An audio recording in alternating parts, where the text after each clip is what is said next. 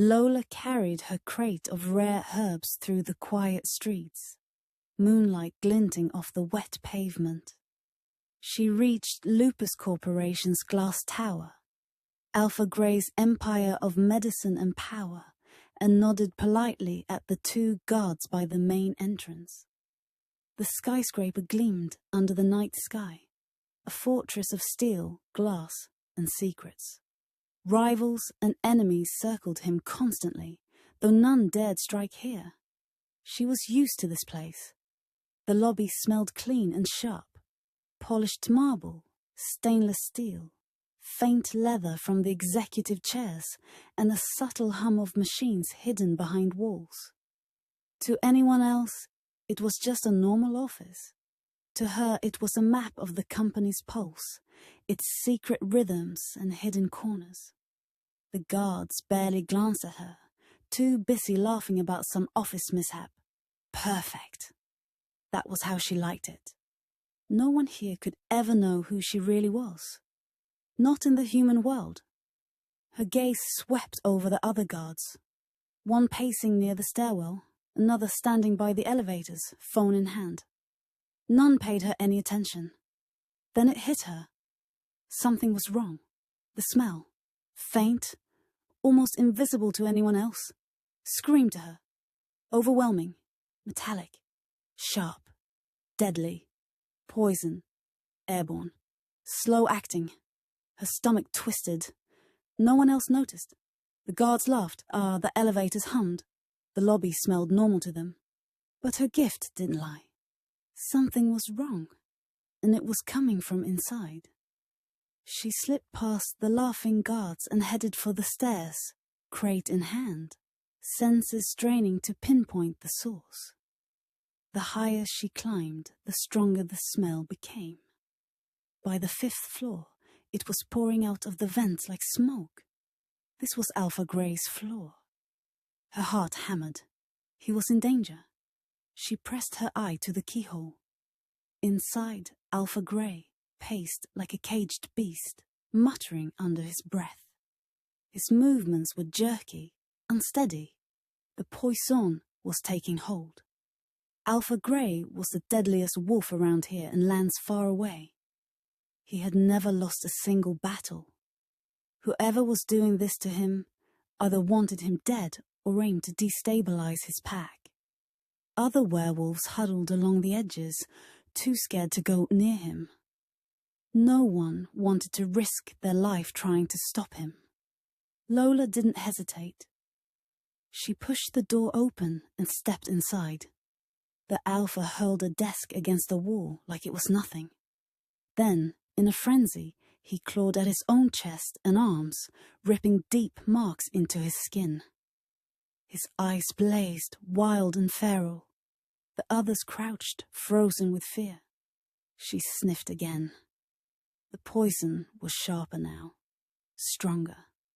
She dragged a chair under the vent, climbed up, and pressed her palms against the metal. Her half-shifter blood went to work. It pulled the poison into her, neutralizing it. Slowly the air cleared. The Alpha's roars softened. His claws slowed. His golden eyes flickered. But his fury didn't vanish. He staggered toward his pack, confused and angry, and grabbed an Omega by the collar, ready to slam her into the wall.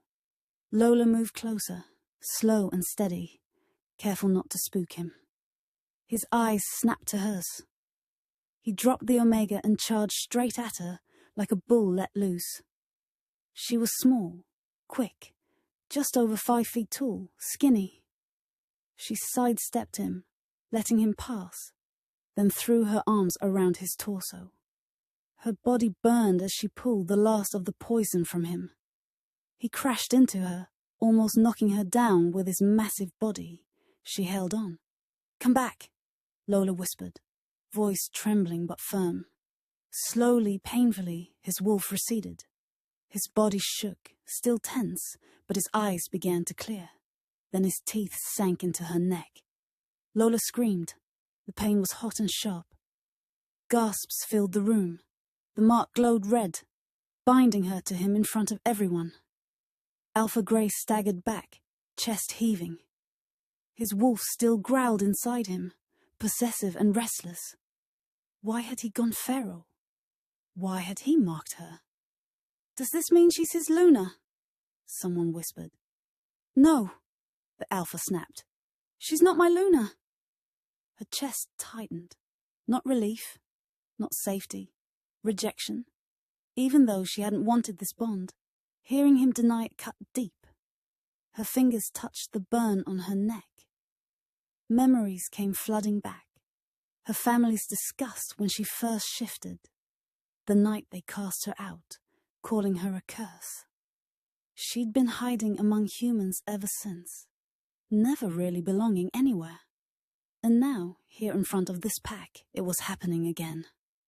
"I didn't want this either," she whispered, voice low and full of shame. The pack shifted. Confused murmurs filled the room. The Alpha's eyes locked on her. His wolf snarled inside him. "She is ours." Why deny it?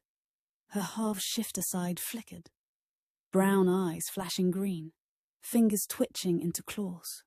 Horror washed over her. Not here. Not now.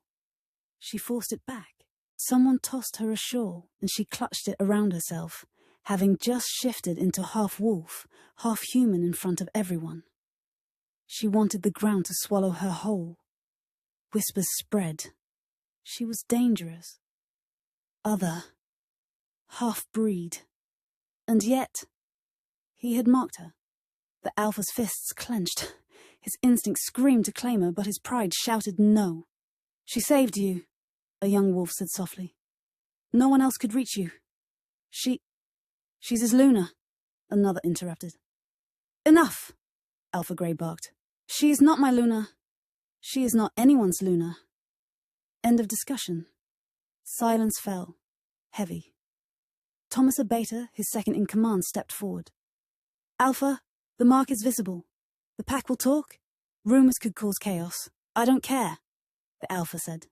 "She is not mine. Not now. Not ever." The Beta glanced at Lola. "And yet, she saved you. That won't be forgotten. We have to handle this carefully." Lola pressed her hand to the mark, still hot. "I didn't choose this. I only did what I had to. I didn't want to be marked." Some wolves softened. Others glared. Half-shifters were unpredictable. Defective. The Alpha's wolf growled, tugging at his mind. "She is ours." He looked at her, voice lower, rough. "Go. Leave before this spreads. Stay away from my pack. You're not one of us." The words cut deeper than his teeth. She flinched. Once again, she wasn't wanted. I understand," she whispered. Thomas leaned closer. "He may deny it, but the bond is there. Denial won't break it." Then to Alpha Grey, "You'll need to face it before others start making assumptions." Alpha Grey said nothing. His wolf raged inside. "She is ours." Why deny it? Lola backed toward the door, careful not to touch him. Her chest ached from rejection. She'd risked everything for him. And still, she was cast aside. No thanks, just denial. The pack watched as she left. Whispers trailed behind her. The bond burned bright. Fate had intervened. There was no turning back. The next night, Lola didn't deliver herbs. The Alpha had told her to stay away. She lay under her thin blanket. Sleep wouldn't come. Something gnawed at her chest. Her wolf stirred. At first, a twitch under her skin. Then it surged, sharp, urgent. The Alpha. Danger. Her heart skipped. She didn't want this bond. She didn't want him. But her wolf ignored her. It felt him. His fear, his claws, his desperate energy. She shivered. Not from cold, but from the sensation of him brushing against her mind. Even if he rejected her, even if he never wanted her, his wolf had bound itself to hers. Her half-shifter blood pulsed. Her body wanted to rise, to shift. She couldn't. She was stuck between worlds. but the bond pulled tight. He was in danger. She could feel it, wild and urgent. I don't want this, she thought. I'm not his Luna. I'm nothing. But her wolf growled back. He's ours. We protect him. The bond wasn't just a mark. It was a chain, a lifeline, a curse. She clenched her teeth. She didn't want him. He might never want her. But their wolves were bound. If she didn't move, someone would die. Lola crouched in the shadows outside the Alpha's chambers, her breath steady despite the pounding of her heart. The corridor was lined with guards, their golden eyes scanning for any unusual movement. Normally, this would have stopped her. But the bond was screaming, pulling her forward with an urgency she couldn't ignore. She reached into her satchel and pulled out a small vial, releasing a pungent, acrid scent into the air. The guards coughed, their eyes watering as they staggered back, waving frantically. "What? What is that?" one shouted, fumbling for a mask. Using the momentary confusion, Lola slipped past them silently, pressing herself against the walls, wolf instincts guiding every step. She could feel the Alpha's panic like a fire in her chest, claws raking at his own flesh, golden eyes blazing with feral panic. A guard tried to step in front of her, raising a hand, but her senses were too sharp. She sidestepped, letting a faint, invisible aura mask her presence. The bond and her gift blending seamlessly. The guards froze, uncertain, and by the time they realized she had moved past them, she was already at the door, and without hesitation, pushed it open. She reached Alpha Grey, just as he let out a strangled roar, claws tearing at his chest, golden eyes blazing with feral panic. Every instinct in her body screamed to run, to hide, but the bond yanked at her with relentless force. She couldn't ignore him. Not this time. Her hands pressed firmly against his chest, feeling the poison slither through the air, burning in her veins even though her body could handle it. She inhaled sharply, drawing the toxin into herself, and felt it vanish, neutralized by her gift. His thrashing slowed, muscles relaxing in ragged shudders. The Alpha gasped, staring at her, confusion and residual feral instinct flickering in his golden eyes. His claws dug shallow grooves into the floor, shaking from the effort to regain control. You stopped me?" he whispered, voice rough, hoarse. He blinked, disbelief warring with instinct. "Why?" His wolf hummed low in his chest, possessive and sharp. "She is mine. She is ours." Her fingers brushed the mark on her neck, the heat of it flaring through her chest. "I had to," she said softly, voice trembling. "You were in danger. You couldn't fight it alone." He looked away, jaw tight, pride warring with confusion. "I didn't ask for any of this," he growled, voice low. Not at her, at the situation, at fate, at the bond that had tied them together without consent. She flinched, though she tried to hide it. His rejection cut deep, sharper than she expected. Memories she had buried rose like jagged shards. Her family, whispering half-breed mistake, curse, casting her out into a human world where she never fully belonged. And now, even after saving his life, she felt the old sting of being unwanted. Her wolf growled softly, restless, tugging at the edges of her mind. "He is ours. He needs us. He will not survive without us." She swallowed hard, chest tightening. "You might not want me," she whispered, almost to herself. "But I can't let you die."